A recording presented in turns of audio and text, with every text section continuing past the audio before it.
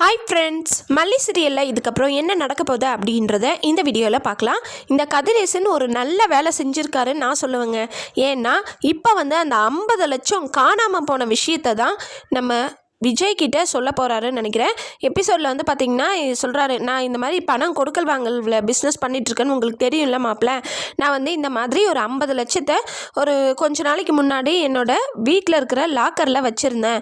ஆனால் அது இப்போ காணோம். அது என்னாச்சு ஏதாச்சுன்னு தெரியல. இது வரைக்கும் நான் இவ்வளோ நாள் பிஸ்னஸ் பண்ணியிருக்கேன். இந்த மாதிரி பணம் காணாமல் போனதே இல்லை. முக்கியமாக வீட்டில் காணாமல் போனதே இல்லை.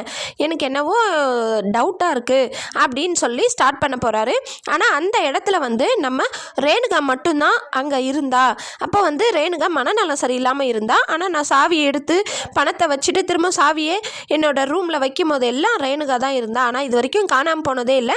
நான் பொண்ணு மேலே சந்தேகப்படல மாப்பிள்ள. ஆனால் அவள் அதாவது மனநலம் சரியில்லாமல் இருந்தால ஏதாவது எடுத்து எங்கேயாவது ஏதாவது பண்ணிட்டாலோ அப்படின்னு இதாக இருக்குது. நான் கேட்டால் அது தப்பாயிடும். நீங்கள் கொஞ்சம் நைஸாக கேட்டு வேணா சொல்கிறீங்களா மாப்பிள்ள அப்படின்ற மாதிரி இந்த கதிரேசன் சொன்னாங்க அப்படின்னா ரொம்பவே சூப்பராக இருக்கும். விஜய் பார்த்தீங்கன்னா அடுத்த கட்டமாக வீட்டுக்கு வந்ததும் ரேணுகா கிட்ட நைஸாக கேட்க போகிறாரு. ரேணுகா, நீ உங்கள் அப்பா வீட்டில் இருக்கும்போது அவங்க லாக்கரில் இருக்கிற 50 லட்சம் பணத்தை எடுத்தியா? அதை எடுத்து என்ன பண்ண அப்படின்னு சொல்லிட்டு குழந்தைகிட்ட கேட்குற மாதிரி கேட்க போகிறாரு. அவர் என்னவோ எப்பவும் போல தான் கேட்பாரு. ஆனால் இந்த ரேணுகான்ற பேரில் இருக்கிற சுடருக்கு ஹார்ட் பீட் அப்படியே அடிக்க போகுது. ஏன்னா அந்த பண விஷயத்தில் ஏதாவது இவங்க கண்டுபிடிச்சாங்கன்னா அவ்வளோதான் கதை. நம்மளுடைய இந்த பணக்கார வாழ்க்கை கெட்டு போயிடுமே அப்படின்னு சொல்லிட்டு பயங்கரமாக பயந்து தான் போக போகிறாங்க. அந்த டைமில் ஏதாவது அவங்க உளர்றதோ இல்லை தடுமாறுறதோ இல்லை பயப்படுறதோ அந்த மாதிரி ஏதாவது ஒரு விஷயம் இந்த சுடர் செய்யணும். அவங்க அந்த மாதிரி செய்யும் போதே விஜய்க்கு என்ன இவ இப்படியெல்லாம் பண்ணிகிட்ருக்கா அப்படின்ற ஒரு சந்தேகம் எழணுங்க. ஸோ இந்த மாதிரி நடந்தால் நல்லாயிருக்கும். இன்னொரு பக்கம் பார்த்திங்கன்னா சுடரை பிடிச்சி திட்டுறாரு நல்லா. ஆனால் இந்த ராஜி அப்படியே விஜய்கிட்ட மல்லி தான் எனக்கு சொன்னா அப்படின்றாங்க. ஆனால் இருந்தாலும் விஜய் அதை நம்ப மாட்டாருன்னு தான் நினைக்கிறேன். ஏன்னா இதுக்கு முன்னாடி இருந்த விஜய்னா பரவாயில்ல, நான் இப்போ மல்லியை தாலி கட்டி நல்லபடியாக வச்சுட்டு இருக்காரு. அப்படி இருக்கும்போது மல்லி எப்படிப்பட்டவங்கன்ட்டு தெரியும்.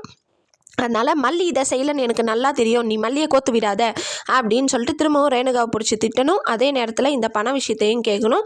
ஆதாரத்தோடு கிடச்சிருந்தா நல்லா இருந்திருக்கும். வீட்லேயே ஒரு சிசிடிவி கேமரா அந்த லாக்கருக்கு நேராக இந்த கதிரேசன் வச்சுருந்தாருன்னா எந்த ஒரு பிரச்சனையுமே இல்லாமல் இருந்திருக்கும்.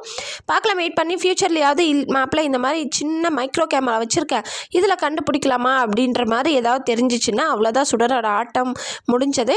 வெயிட் பண்ணி பார்க்கலாம் என்ன நடக்க போகுதுன்னு சொல்லிட்டு.